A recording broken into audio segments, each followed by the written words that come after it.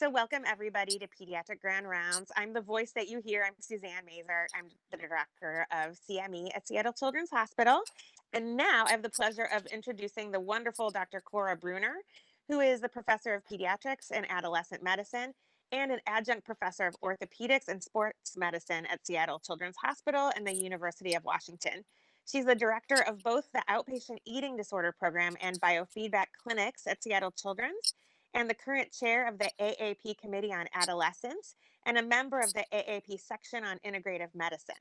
She was awarded the Pioneer in Integrative Medicine Award at NCE in Chicago in 2017, and her research interests include the use of biofeedback, yoga, and mindfulness for the patient with chronic pain, eating disorders, or depression and anxiety.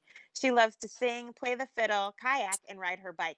She also is a Zumba instructor, and you can see her on social media doing Zumba with her dog, Mo. So we're very excited to have you here, Dr. Cora Bruner.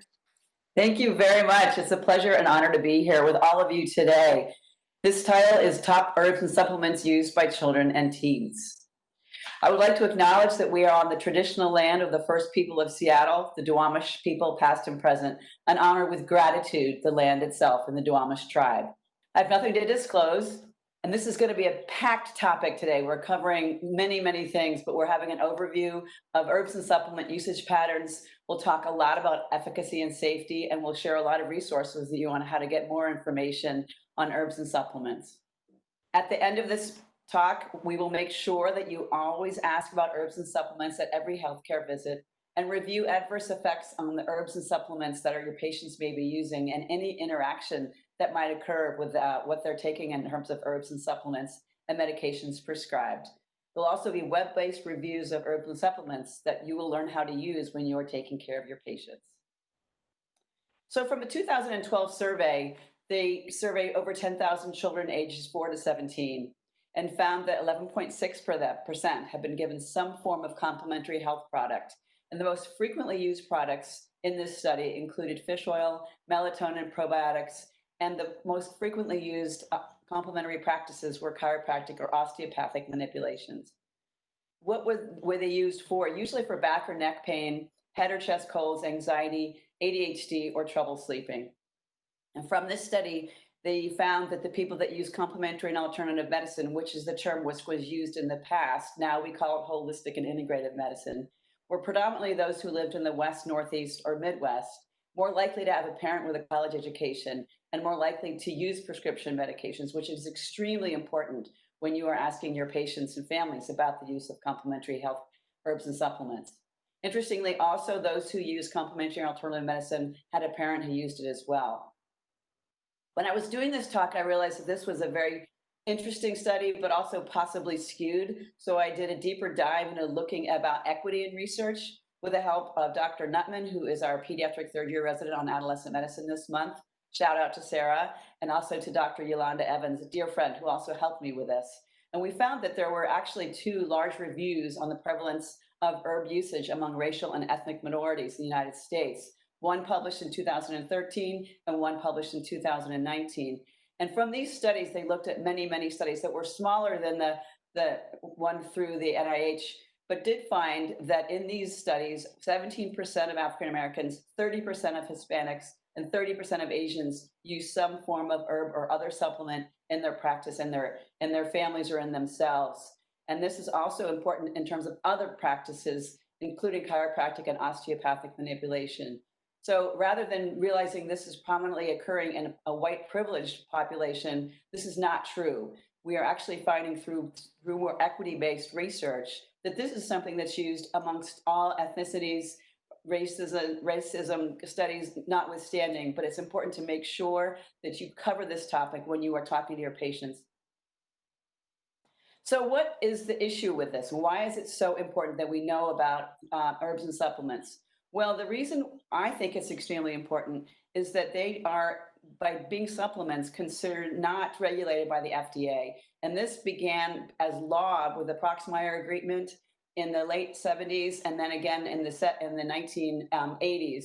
And again, through the Dietary Supplement and Health Education Act, this is a law that has been in place for years, which does not allow any vitamins, minerals, herbs, or other amino acids to be regulated or scrutinized by the FDA, which means that the products can go to the market without any testing of efficacy. The companies who put these herbs and supplements on the shelves do not have to prove that they're safe, only reasonably assured that they are, and they do not have to be manufactured to any standard without FDA approval in terms of the packaging of the products. And do people know this? Actually, no. And I think this is a study that came out in 2011, which showed that the products that are on the shelves don't contain any safe labels in terms of interaction with drugs or other products that somebody might be prescribed. And there's no safety labels on any of these products in terms of overdose or interaction. The thing that's also really important when you look at things like creatine or other herbs and supplements on the market, that we don't know what is in them. And so when they did a study from 2011, for example, looking at a product such as creatine, they found that heavy metals were present in many of the products, importantly mercury, which was one that's, I don't think people realize when they're taking something off the shelf and just giving it to themselves or their children. And this was a study that was published in the Journal of Adolescent Health last year, which showed that in the adverse reporting, there is something the FDA is very aware of, which is that they have a group where you can actually submit a claim to adverse event.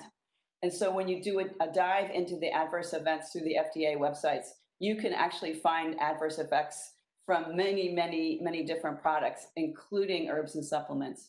And so this group out of Harvard looked and found 977 supplement-related adverse effects in teenagers. And this was especially for those who use supplements for bodybuilding, weight loss, or energy, and found that multiple adverse effects were associated with these particular supplements.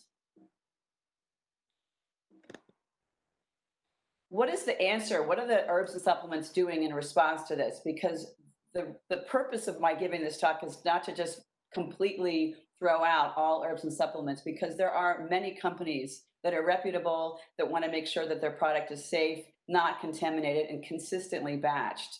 So there is something called the Current Good Manufacturing Practice, which is a organization and a basic code where the manufacturers are required to evaluate the identity, purity, quality, and composition of their supplements to make sure that the batches are consistently made, that they're not contaminated.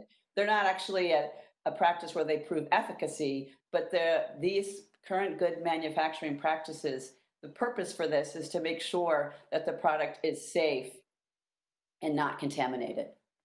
And so when you are recommending a specific herb or supplement to a family, you need to make sure that they understand there's something called a USP label, which is a dietary supplement, United States Pharmacopoeia label, which would be on the product, which means that these companies will make sure that their product is consistently batched without contaminants, with expiration dates. So this is important. So if you are recommending something, make sure that you're telling your families that they need to look for this label on the product. Also, there's something called consumerlab.com, which is an organization that you can subscribe to, where they also test for consistency and batching, lack of contamination, and expiration dates that are made sure they were on products. So if a family says to you, I want to use elderberry in my child, which is the best company to use? And this is where we go to consumerlab.com, and they actually will have 8 or 9 different companies that will submit their product to them, and they will test to make sure that they're not contaminated and consistently batched. This is something that is extremely important to be aware of, so that we can actually make sure that our patients are taking something that is safe. They're not going to be testing to see if it works or not for whatever it says it's going to work for, but it will be a product that will lack contaminants and be consistently made. And what about learning more about the product themselves? What about learning more about herbs and supplements? Well, this is something that we actually have at Seattle Children's Hospital, University of Washington. So I encourage any of you that don't have access to our hospital library to make sure that you do. It's expensive to subscribe to this, So I recommend that you have your institution for wherever you are do this for you and put it in the e-portal list so that you can actually get up-to-date, unbiased, evidence-based information on other herbs and supplements that your patients may be taking. And it actually would be in your EMR, so you can pull it up as soon as a patient tells you about that in your clinic visit. So let's jump right into a first case, because I think it's important. We have a lot of cases to talk about and a lot of herbs and supplements. And I really hope you stay on and have a robust conversation with me either at the end or later on if try to get hold of me, because there's a lot more that I could talk about that I can't in the hour that we have. But this is a case of a 13-year-old with chronic fatigue syndrome after symptoms of a upper respiratory infection 18 months ago, and now has been diagnosed with fibromyalgia. The family wants to try turmeric and CoQ10 for her symptoms. So how do you find more information out about this? Because I do stress, and I will stress over and over again, that you need to make sure you ask the questions about herbs and supplements when you're talking about medications with your patients at each and every healthcare visit. If it's not you, that it's your medical assistant, whoever's rooming your patient, so that you make sure it gets documented and put in the electronic chart at the very beginning of your appointment, so that it's there. And when they have questions for you about it, you can go straight into this resources information. So at Seattle Children's, what we have is our library. So if you go into the e-resources portal, you can see right here that there are up-to-date and other informational e-portals, but there's also something called natural medicines. And I want to just kind of walk you through this so that you can see how you can very quickly find out how to help your patient. So you click natural medicines and up comes this site, which I just showed you. So let's just say this is the patient that wanted to use turmeric in their child. So you look it up and you realize that turmeric, which is also called curcumin, is used for multiple different symptoms, including and diagnoses: osteoarthritis, Crohn's disease, hemorrhage, diarrhea, many, many things, and importantly, fibromyalgia, which is what this patient has been diagnosed with. So when you pull up the natural medicine database, this is what you're going to get. You click turmeric, up comes this pretty picture, but it also gives you a whole lot of information on the background, dosing, adverse effects, drug and herb interactions. It's a really, really important e-portal that you can play with. I use it a lot just because I like to learn about this, so I can also help my patients understand what it is they're taking and what it will interact with. So when I go into this portal, I look up joint pain and I click this button right here, and it shows this particular study, which looks like it's kind of interesting. It's from this Instaflex joint support group, which is okay. So you can click that site right here and you click this abstract number, and up comes this particular abstract, and you can click right through and get the abstract to come up while you're in the office with the patient. And so, for example, this is the one that came up, which is on joint pain. And then you start realizing what it is that you're looking at, which is a study looking at 8 weeks of this in adults with joint pain. And then you realize that the study was looking at a combination product. So it contains glucosamine, ginger, boswellia, turmeric, hyaluronic acid. And so it's interesting because this is the data that is the most robust for joint pain for this particular product, looking at 100 men and women between 50 and 75. So you can see where I'm going right now. It's really hard to make this be an okay product for use in a 13-year-old when the study really only is in adults. Now, mind you, this was a study that used placebo, so it's not just an anecdotal study, and it isn't one where it's just case reports or just an arm that is no placebo. But they did, and in this study, they did show that they did improve with their knee pain in 74% of the subjects. But again, you go back to what is in this product, and you see it contains many, many things besides turmeric. So again, you can understand why I myself might not recommend this particular product, because I don't know that there is a study with purely turmeric in it to help somebody with joint pains.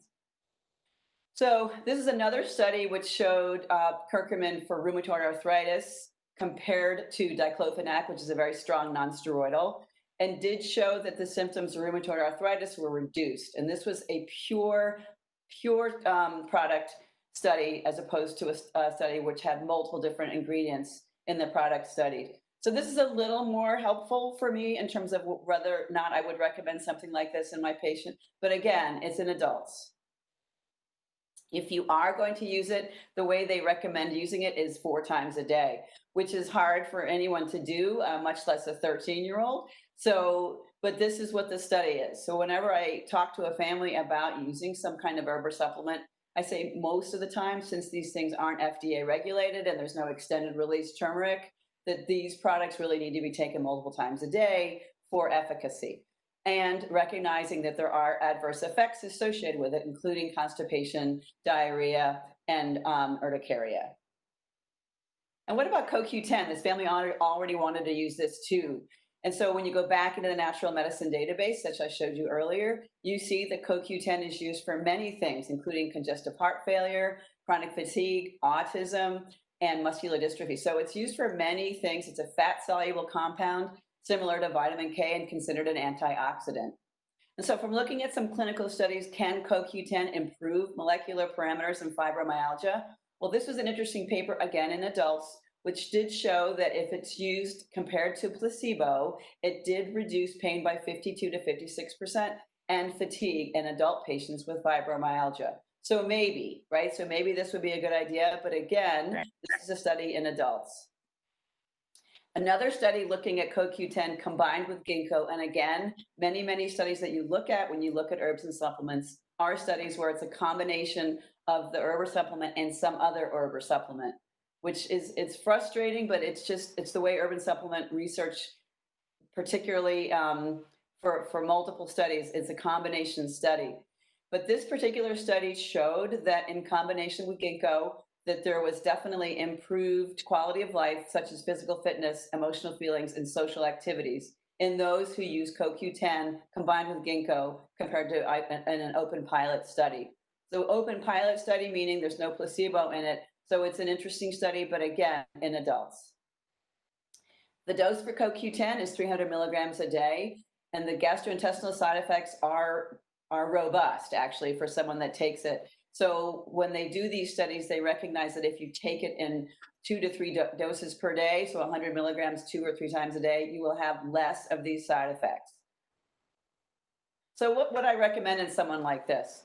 Well, I would also want to make sure that I reviewed other medications prescribed. So many of the patients that we see who want to use herb or supplements also are on prescribed medications. We know that patients with chronic illness, such as diabetes, cancer, cystic fibrosis, other gastrointestinal complaints such as inflammatory bowel disease, are using prescribed medications as well as herbs and supplements. So you need to make sure you ask about the herbs and supplements in conjunction with what's being prescribed, and make sure you look up the safety of the interactions with them, and also make sure that you do close follow-up with these patients.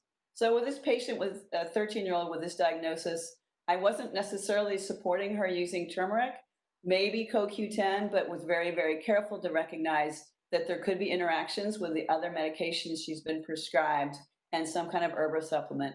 Also, needing to make sure that you tell these families that the herb or supplement that they are using with their child has to have a USP label on it, an expiration date, and honestly, a child-proof cap, because many of these products are not with child-proof caps on them.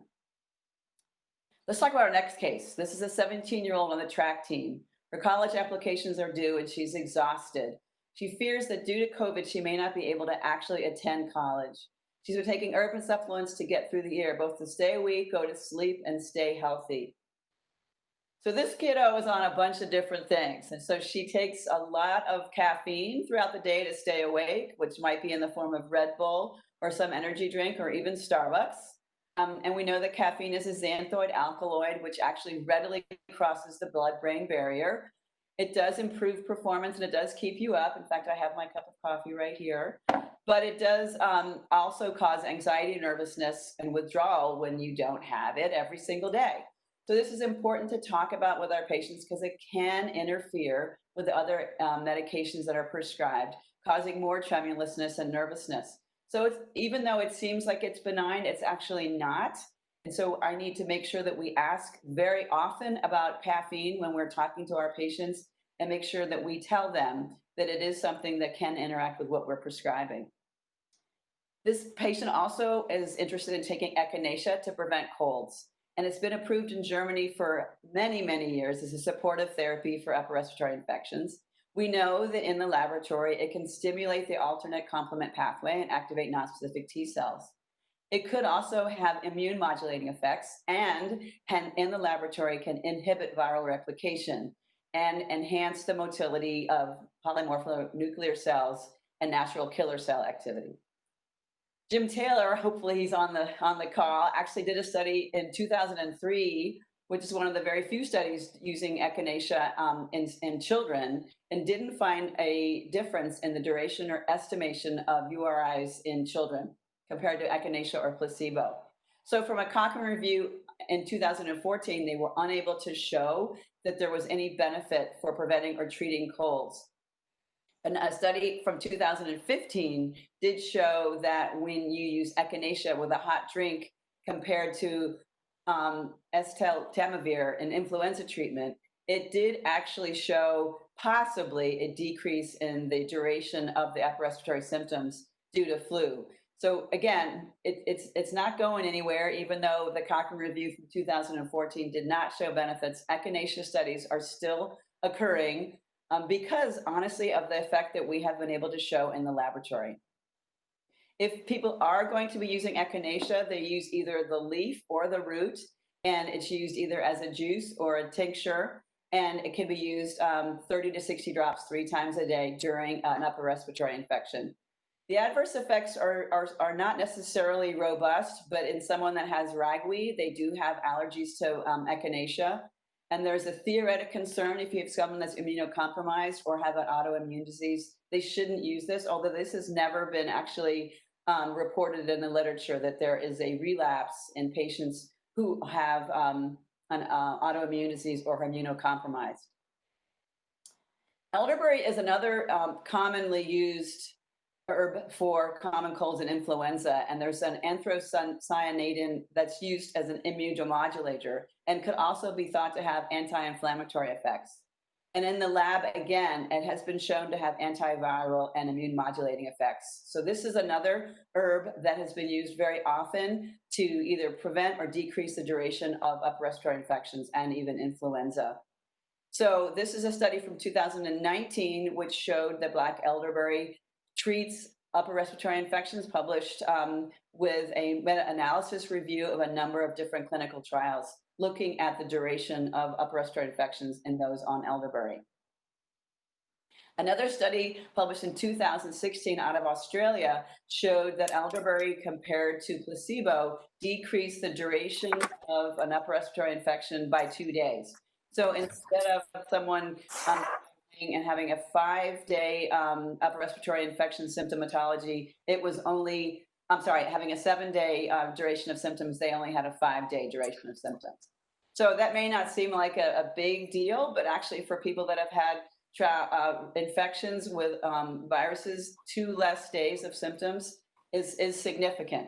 So it's important to understand that elderberry is oftenly used and can be recommended in someone in terms of preventing or decreasing the duration of symptoms from an upper respiratory infection. From the study that I reported earlier with the meta-analysis, they only actually found 4 of 131 studies that actually showed criteria, they met criteria to be evaluated. And again, in this study, they also showed that there were 2 days less symptoms. So the reason this is important to understand is it's 2 less days of someone using an over-the-counter medication that may have its own side effects. It's 2 less days that someone would come to their provider and may get an antibiotic that they wouldn't necessarily need. So it's a potentially safer alternative for people that are concerned about upper respiratory infections. The dose is a fruit extract, 1 tablespoon twice a day for 3 days, starting within 48 hours of initial symptoms. And it shouldn't be used for more than 5 days. What about zinc? Zinc is something that's been used for the common cold for decades, and they did a placebo study through the Cochrane review that also showed that if zinc was administered within 24 hours of the onset of symptoms, it also could reduce the duration of common cold symptoms in healthy people compared to placebo. The dose is 75 milligrams a day, and the issue with zinc, especially if it's taken frequently, is it can lead to anosmia, where there's a decreased sense of smell. and also can cause nausea. Remember, this was an athlete, a track star, and this is a patient that wanted to use creatine for her performance, and it's used for improving performance and increasing muscle strength. And how it works is it increases the rate of phosphocreatine resynthesis during recovery from athletic events, enhancing recovery and treatment. And it might upregulate genes and increase activity of enzymes and protein synthesis. So does it actually improve strength? From a study from 2002 and then another study from 2018, the meta-analyses did show that there's a possibility that use of creatine, and I'll say how to do that in a moment, can increase the duration of time someone can spend doing an anaerobic activity. So while it might not increase performance and strength per se, it does improve training. So therefore, if you can train for longer while in the gym for an extra 5 minutes, there's a possibility that you can improve your performance because of that. And how to do it? Well, then this is basically how you would load it over 5 days, or over 28 days. So you take 20 to 25 milligrams in 4 divided doses for 5 days. The adverse effects from creatine are weight gain, probably from increased water retention, cramping, nausea, upset stomach, and headaches. But if you review this and you do deep dives into the research on this, not everyone gets these side effects. And so this is why, for those of us that take care of athletes, we still see many, many, many teenagers in our practice that use this because they don't have these side effects and they do feel like their performance is improved. So it's important that we ask about this and make sure that we understand what's happening with our patients as opposed to just saying it's a bad idea. Because if we do that, then they won't tell us. And then if they don't tell us, we can't talk about other things they may be able to do that's less expensive that might also improve their performance. There are some claims that creatine can adverse kidney function, but again, limited published evidence and wide experience. So there's not necessarily robust data that it interferes with kidney performance. How about melatonin? This is a big one, and many, many of our patients and even our peers take melatonin.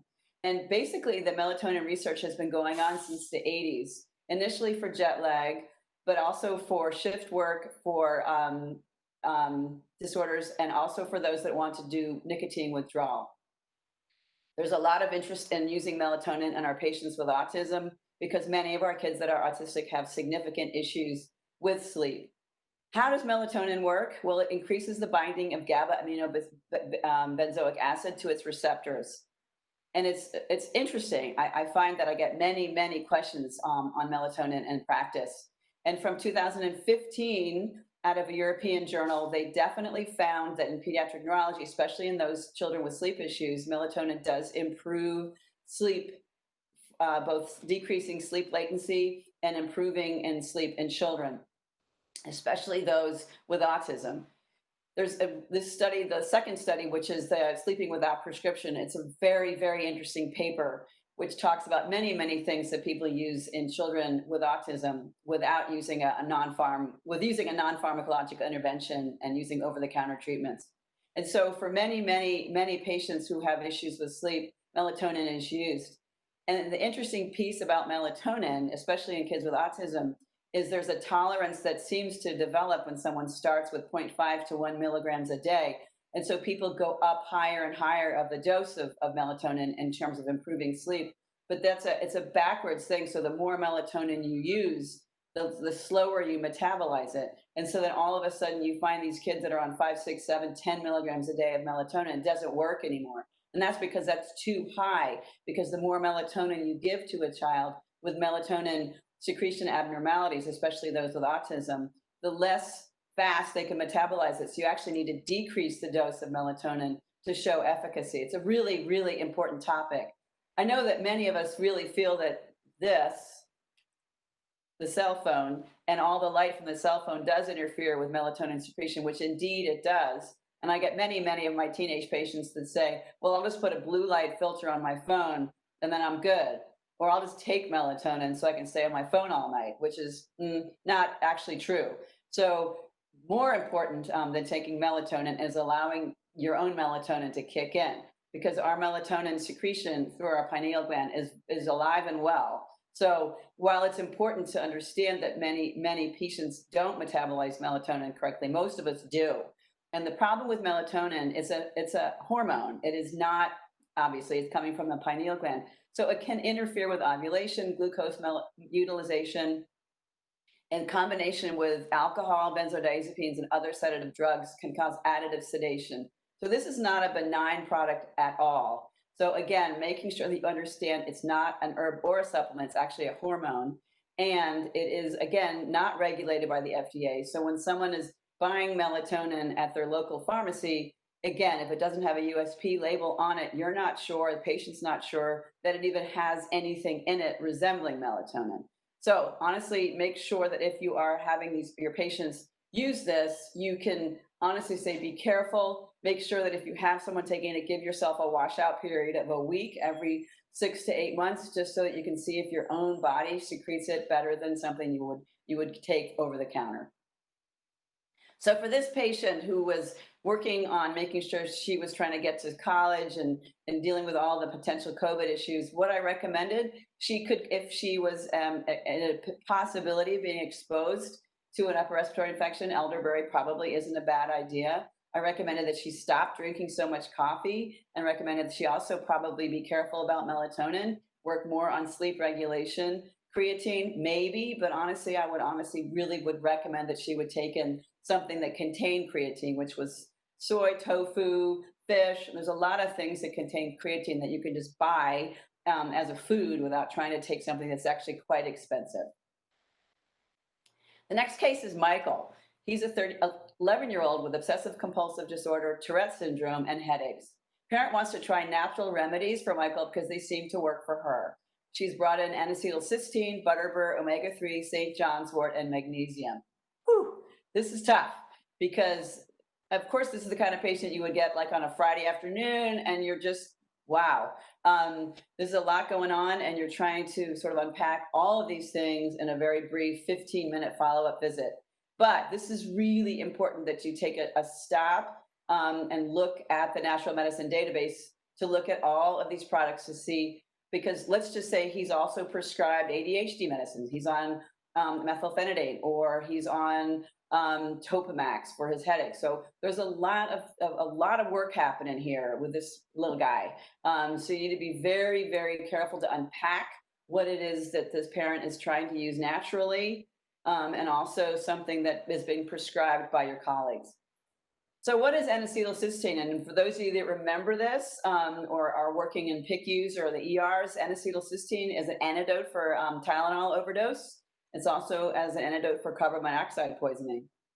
It's really also important to recognize that people use it for bipolar disorder, schizophrenia, PTSD, OCD, substance use, and Tourette's. So N-acetylcysteine is absolutely a product that many people know about.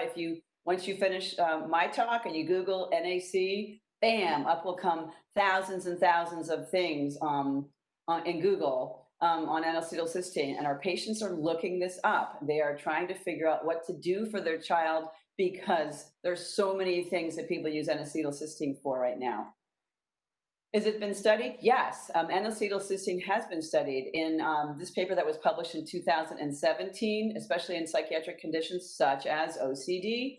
They actually did not find in this first review a significant impact on N-acetylcysteine in the psychiatric conditions. And they looked at OCD in another study as well, looking at the OCD symptomatology in kids. And we're not able to find robust evidence that N-acetylcysteine reduced the OCD behaviors in the patients. As we know, we're very evidence-based in terms of our treatment of mental health and behavioral disorders. And so it's really important to tell parents this is not something that we would actually recommend because we don't actually have data showing that it works. And again, like I've said multiple times, we don't even know what patients are buying, whether the product that they're buying can even contains any of this. And a study for adults with OCD from 2018, again, we're unable to show robust evidence that oral N-acetylcysteine decreased the OCD ritual behaviors in adults versus placebo. And so it's important to understand people are using this, but there's no data yet to show that it does work. When people use it, they use it in doses such as 900 to 1200 milligrams twice a day. The side effects of N-acetylcysteine, again, are gastrointestinal, including diarrhea, heartburn, and nausea. How about Butterbur? Remember, this kiddo had headaches. And is there data that shows that Butterbur, hepatitis, does work? Well, yes. There are a number of studies that show that Butterbur is an effective preventive herb for migraines. It works as an anti-inflammatory agent, and it inhibits leukotriene synthesis. And here are a couple studies looking at Butterbur in children for migraine prevention. So in open trials from 2005, they definitely showed decrease in frequency of migraine headaches in children. And in the second study here, you show that you can see that Butterbur in combination with music therapy, shout out to our music therapists, does prevent childhood migraines. And so it's super interesting to understand that this is something that I talk about frequently in my biofeedback clinic, that this is something that I can highly recommend. And in fact, our neurologists do recommend it frequently, if not most of the time, in patients that have migraine headaches. Does it work for tension headaches or other headaches? We don't know yet, but probably. But in essence, the trials are only at this time for migraines. Butterbur is given 2 to 3 doses, again, because Butterbur is not an FDA drug. There's no extended release Butterbur, and just like many of the herbs and supplements, while they're in a gelatin capsule, they're basically metabolized quickly. So if they need to be given, they need to be given in 2 to 3 doses per day. Can you do it once a day? Sure, you can do it once a day, but if you want to go with the letter of the study, then you need to do it the way the study recommends, which is in 2 to 3 doses of 50 to 75 milligrams in 8 to 9-year-olds and 100 to 150 milligrams in 12 to 17-year-olds. Side effects, of course, as I mentioned before with many of these products, are gastrointestinal, which is belching, diarrhea, or stomach, or they might have some skin issues with itchy eye, asthma, or pruritus. How about omega-3s? Omega-3s have been around for a long time and have been used for ADHD, Tourette's, heart disease, and prevention of macular degeneration. They do reduce serum triglycerides, and a study from 2012 did look at double-blind placebo-controlled study of omega-3 acids in Tourette's. And what's super interesting about this study is they were looking at tics, the amount of tics that occurred in kids with Tourette's when they were on omega-3s versus placebo, or tic-related distress. And while they found that in this patient trial, there were the same number of tics as in the placebos, but the effect of the tics on the patient and their family was definitely less, which is an interesting piece. So it seemed to be less, they still had as many, but the impact that it would have on them was less. So again, this study needs to be unpacked further and repeated, but I do feel that omega-3s are extremely important in our patients. Obviously, you would get omega-3s from having diets that had rich omega-3s in the products, such as our wonderful salmon. But in light of that, you can also make sure that if you are recommending omega-3s, that you would use 500 to 1,000, 500 milligrams to 1,000 grams of omega-3s per day. And they need to contain the EPA and the DHA, different kinds of pentanoic acids. The problem with omega-3s is that if they're fish-based, that you could have a fishy taste from taking them. And if you burp, you might have a fishy taste in your mouth afterwards. So you can buy freeze-dried omega-3s or a product that actually contains an omega-3 with something like chocolate, which actually decreases the amount of fishy taste and belching. So important to understand also that if you're taking a fatty acid, you should take it throughout the day, because you take it all at once, you could have loose stools or even steatorrhea. So it needs to be taken once a day or twice a day, depending on the milligram or the gram dosage that you are recommending for your patients. So this is a study in adults looking at a review of omega-3s across the lifetime, and it looked at 25 randomized trials from 2013, and it definitely correlated with improvement in brain health. And this is, again, kind of a vague study, but I wanted to put it up there because brain health, what does that really truly mean? But in terms of quality of life, it means a lot. So if you think about coping with things such as a pandemic or systemic racism or injustice, this is important to try to recommend something that improves brain health. And again, you could get omega-3s in your diet, but in light of that, if your diet may not necessarily have that, I do recommend omega-3s in my patients, especially in those that don't like fish or really don't take much omega-3s in their daily diet. This kid also, remember the parent wanted to try St. John's wort in him because she was taking it herself. She felt that it was a natural product that she used for her own depression. And St. John's wort is a beautiful plant. Actually, it's blooming right now in the Northwest, and that's what the flower looks like. You can see it when you take your walks, which I do often with my dog. So it's basically interesting. Its mechanism of action is multiple layered, which inhibits serotonin reuptake. So it's similar to an SSRI, but it also works in the GABA pathway. As you remember, that's how melatonin works, is through the GABA pathway. It also works in the dopamine pathway, the MAO pathway, and in the glutamate pathway. So there's multiple ways that St. John's wort works in the brain.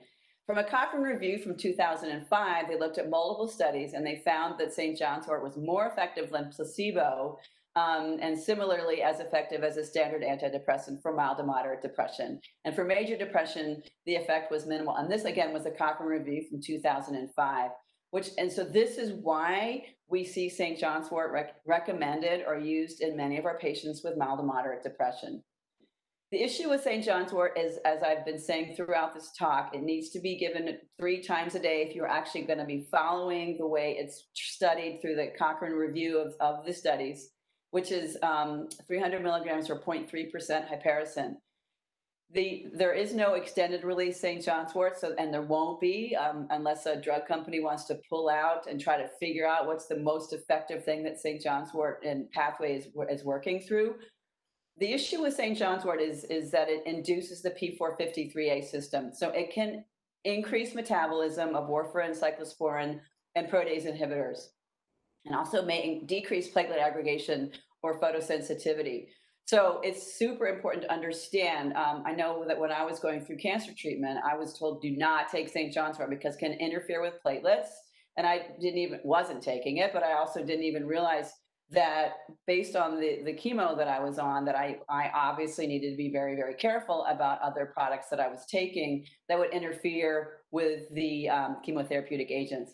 So especially in our patients that have chronic illness that are taking HIV protease inhibitors, or our teenagers are taking birth control pills, because St. John's wort ramps up the P450 system, it decrease the bioavailability of St. John's wort. So it is also very important in our ER providers as well as our surgeons and anesthesiologists that they ask about St. John's wort because it interferes with platelet aggregation. So these are the patients that seem to ooze after a surgery or a car accident. And that's because maybe we don't understand why, but actually forgot to ask about herbs and supplements and realize that St. John's wort is in the system. And it takes a few days to get out of the system. So when someone stops taking St. John's wort, because it's fat soluble, it may take 4 to 5 days to get out of the system before it isn't working in terms of interference with platelet aggregation, et cetera. There are many, many herb-drug interactions that you can see through St. John's wort. But again, as I was saying before, this is a person that really wanted to do something natural and felt very strongly that they did not want to take or have their child take something that was prescribed. They would rather go natural. And so this was a time where I had to unpack a lot of this with the family and say, I know it's natural, but it also has significant side effects and can interfere with what your child is being prescribed. And what you're taking or what you're giving your child may not even contain what it says it has in it, or might be contaminated with something else. So again, a couple of studies here for you to look at in terms of herb-drug interactions with St. John's wort. This patient also mom was wanting to use magnesium for her child's headaches. Magnesium is a cofactor in more than 300 enzymatic systems and can include protein synthesis, muscle and nerve function, blood glucose control, et cetera. So from a study from 2009 and then another study from 2020 just published this month, magnesium does decrease the frequency and intensity of migraine headaches in children and adults. So it's important to understand, because it works in multiple different ways, magnesium is really important to discuss with your patients and families. They use this, but it's important to understand that with magnesium, it does cause diarrhea. So even though the dose is 300 to 500 milligrams a day of magnesium citrate, you can't just put somebody on 300 milligrams a day and expect them to ever come back to see you, because that really causes significant diarrhea, abdominal cramping, and even vomiting. So you have to start really slow with magnesium, maybe 50 to 100 milligrams a day, and then work up very slowly to get up to 300 to 500 milligrams a day. Making sure that you understand, because of its interference, because it works through the gut and on the smooth muscle of the gut, it can interfere with multiple different other medications prescribed. For example, it interferes with minocycline absorption. So if you have a patient that has headaches and you put them on magnesium, if they're also on minocycline for their acne, all of a sudden their acne might be worse. So again, these are questions that are really important to unpack when you're asking about herbs and supplements in your patients that have other things that you're prescribing for them. So for this kiddo, what did I recommend? And that was a big one, right? So this is a 15-minute Friday afternoon follow-up, and you have to unpack N-acetylcysteine, butterbur, magnesium, omega-3s, and St. John's wort. And so what I did with him is I did actually recommend that he eat the butterbur, good idea, magnesium, good idea, St. John's wort, not a good idea, N-acetylcysteine, probably not a good idea, and really do it in a mindful way without saying that the mom or whoever the parent was that was bringing the child in was wrong in trying to use other herbs or supplements in their child. I think many people feel they don't want to talk to us about this because they're afraid they're going to get in trouble, or we're going to ignore them. So many people are afraid to tell us that they're using herbs or supplements because we say no, or throw up our hands and say, I don't know. And so then they don't tell us. And so if we don't ask, though, we can't help them. So it's important to really be careful about your own preconceived implicit bias when you walk in the room of someone that wants to use herbs or supplements, and be ready to listen to them and reflect with them on what the goal is, which is to get their child to feel better, which is all of our goal, in a safe way. So I want to leave some time for questions, but I also want to talk a little bit more about other ways you can get resources for you and your patients. Remembering that families and children and adolescents of all races, all ethnicities use herbs and supplements in their children. So it's important to be very aware that this is something that is very commonly used in all of our kids and or families, and that in some way or the other. So we need to ask about it in a non-judgmental way. And every healthcare visit, making sure that it's covered in the medication, the part where the beginning versus at the very end, just asking it as the patient is leaving. Make sure it's asked at the very beginning. Making sure that you look at adverse effects of herb and supplement use at every healthcare visit. There are awesome websites that I've told you about already that look at a review of herbs and supplements in your practice management. These are a number of websites that I want you to just make sure you have in your back pocket, looking at the NIH.gov website, which has many different resources that I can even possibly list on different herbs and supplements that you can ask about, or people can, if they ask you about it, you can look it up. The Natural Medicine Database through our Seattle Children's and University of Washington Library is free. The Cochrane Library, which is a really wonderful library out of Canada looking at evidence-based studies. They've done a really wonderful job making sure that they review not only medications, but also herbs and supplements and other alternative practices. And if you ask me back, I can give more talks on other things such as chiropractic, acupuncture, massage, and of course, biofeedback. Blooming Herbalist Apothecary is also a really excellent website to look up different products and uses in people of color. And so also you can look at herbmed.org and herbs.org. All of these sites have multiple different arms that you can look at in terms of looking at more information to help your patients and their families. For those of you that are interested in even more about this, making sure that you are aware that the AAP section on holistic and integrative medicine is a really important group of us. There's over 700 of us through the AAP that are in this section. It doesn't cost much to belong to it. And it's a very lively listserv, and many people post questions about their kids and their families that are using different herbs or supplements.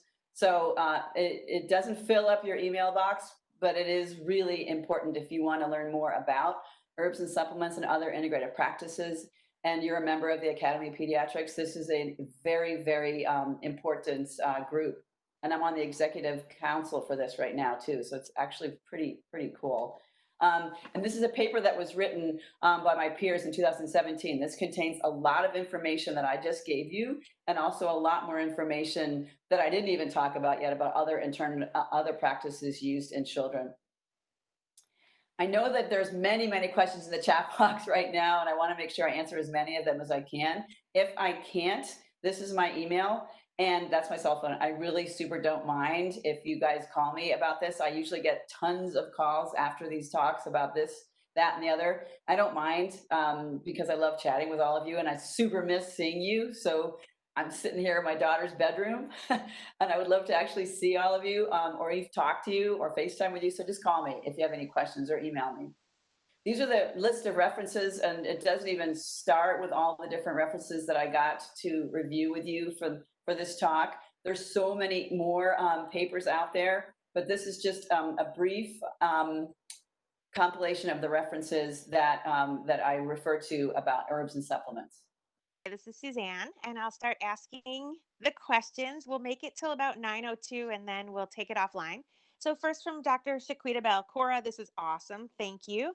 Is there a general minimum age for supplements, either an age that they're studied at or age that you feel comfortable with? Thanks, Jack. That's a really good question. I honestly, many of the studies, like for example, for butterbur went as young as 8. Other omega-3 studies go as young as 5. The melatonin studies go as young as 5. So there's nothing's going lower than 5 that I could find. For other studies, they don't go younger than 13. So it definitely is challenging to go younger than 5 in terms of these products. So it's important to be careful about using herbs and supplements in younger than 5-year-olds if they haven't been studied. Again, because of what I said before, we're not sure that the product that is given to a child is safe, not contaminated with heavy metal. And if it doesn't have a label on it, which is USP, then you shouldn't even consider using it in a child of any age. Thank you. From Ellen Pasloff. Yes, Cora, your talk is amazing. I'm wondering about concerns of memory issues when taking melatonin. I read one study that mentioned concerns about this potential adverse effect. Thanks, Ellen. Excellent question. Yes, melatonin that's sort of an effect that people have anecdotally noted, but it hasn't been firmed up in any data. So it's not something that I counsel people about with melatonin. I honestly get more concerned about the effect on the prepubertal children, whilst they haven't actually showed delay or precocious puberty in kids that take melatonin. I just, again, as a pediatrician, I always worry about giving somebody a hormone or anything that can interfere with their hypothalamic pituitary axis. So that's where I get a little more concerned about melatonin especially in the younger children that are under like 11 or 12. Thanks. And then also from Ellen, do you think that butterbur is more effective than migraleaf for migraine prevention? So thank you, Ellen. Excellent question as well. Again, I didn't have time to go through MigraLeaf. MigraLeaf is a product that contains 3 different products. So MigraLeaf, which is a preventive, not abortive agent for headaches, contains feverfew, riboflavin, and magnesium. So, and basically, they haven't done a head-to-head study against butterbur and MigraLeaf. So I don't know actually if there is one that's better than the other. Some people find, but feverfew by itself also, as well as MigraLeaf, has been shown to decrease the frequency and intensity of headaches. I didn't mention MigraLeaf in this study just because it's a combination of 3 different products. So, and riboflavin in and of itself also is effective as a preventive for headaches. So, in answer to your question, I don't think there's a study that shows a head-to-head trial with butterbur and MigraLeaf. Thank you.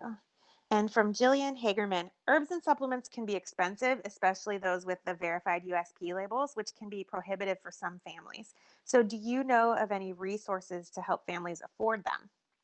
Wow, Jill. Thank you. Jill is one of our fellows in adolescent medicine. Great And question. yes, it's such a good topic question. Leads to a whole nother um, half an hour about equity in terms of herbs and supplements, because I worry that many of our families are spending way more money than they should on a product that doesn't work because on the web it looks like it does. So I think um, Bastyr University, which is right here across the pond in Kenmore, does have a formulary and dispensary for and has reduced fees for people on a sliding scale. So there are ways to get products through um, groups that have sliding scale fees for herbs and supplements. So I always tell my families just be very, very careful about just buying something on the internet again, because you don't know that it's safe, and there are ways to get these products cheaper than you can on the internet. So when they say, or if they say yes, they want more information about it, make sure that you mention them or steer them towards Best Year right here in town. Thank you. So, lots of people saying, thank you so much. Great talk. I won't read all of their names just in the interest of time, but we will make sure you get to see this chat, Cora. And then let's see, a couple more things that we can fit in. With magnesium, have you found a difference between magnesium L-threonate versus magnesium citronate? Yes, magnesium citronate is better by absorbed by someone, has less of the side effects. But again, it's very subjective for people. So some people actually feel that they have less gastrointestinal side effects with the first product versus the citronate. So it really depends on the person. So if I have someone trying it, I want to make sure that I'm very careful about dosing low and going up slow, and telling them that if one may have more or less gastrointestinal side effects than the other. So it's really individual. Great. And then someone wants to introduce themselves to you, which I will connect you outside of this. But the question is, do you often work with naturopathic providers on patients' care in an integrative way? Yes, that's a really very important question. And yes, I do. We actually have Dr. Enos, who's one of our biofeedback therapists, is also a naturopath that has a separate practice from children's. So, and I teach at Bastyr. So, and I have Bastyr naturopathic students that actually shadow me and work with me in clinics. So there's this sort of cross pollination of naturopathic students with the medical students and the residents. So that occurs in real time or virtually if they right now, but it is important to understand that there is that. And then once they graduate from Bastyr and work in the community, I've known them for years because I've known them when they've been students at Bastyr and out in the community. So I work really closely with lots of naturopaths. Um, and we refer to each other frequently. So that's really important. I think that one of the things that naturopaths really welcome are calls from the primary providers or their health providers at Children's or in the community. They really, really want to talk to us and share patients. I think there's a myth around many of our naturopathic providers that they don't believe in vaccines, which is not true. So honestly, and that's a whole, like, invite me back. I can give a whole nother talk about other alternative practices and working with other practitioners, because in the integrative care and the holistic care that we want to provide our children, adolescents, and young adults, it's imperative that we open the dialogue and be transparent across all professions, making sure that the key benefit is health of our patients and families. So that's a great question. Thank you for that. Thank you so much. Thanks, Cora. We definitely will be inviting you back. It's 9 a.m. right now. I see one more question in the chat, which is it possible to get your supplement resource list? And if that's something you can send to Emily and I, we can send it out to the group, Cora. Absolutely. Yeah, Okay, it's perfect. really, literally, it's really important to understand that there's hundreds and hundreds of supplements, and there's probably, I didn't spend time on probiotics. I didn't cover a lot of things during this talk because I wanted to leave some time for chat. Or fenugreek. I mean, it just goes on and on and on. And so just like with medications, it's hard to know everything about everything. So our job is to continue to be learners as we are healers. And if you don't know, ask, because I always tell people, well, the only question that is not necessarily a good one is the one that you don't ask. So yes, we will send out the list. It's really important to be current, and to be aware that there are very, very smart people that are looking at all this research, and the research is from all over the world. Honestly, I'm getting a lot of data out of countries and throughout Europe, throughout Africa, throughout Southeast Asia. There's many, many, many groups that are looking at this data that aren't just necessarily based in the U.S. Because for many of these countries, they cannot get the medications that we have, and so they're looking at herbs and supplements. And so, in a very academic and thoughtful way. So it's important to stay on top of the research throughout the entire world, because it's good, and some of it is really helpful. Not all, but a lot of it is. So this is important work. Thank you so much. Well, with that, it is 9:02. So there are a few other questions in the chat, and I will make sure that Dr. Bruner gets them and that everyone gets their questions answered. And I know there's a great resource in Cora, and it sounds like you can text her or call her anytime. And we really appreciate you. We also will definitely be inviting you back. So look for that email very soon. And thanks everyone for being here, and especially Dr. Bruner for your time and expertise. I learned a lot. Thanks again, everybody. Thanks, everybody. Be well. Be well. See you next week, everybody.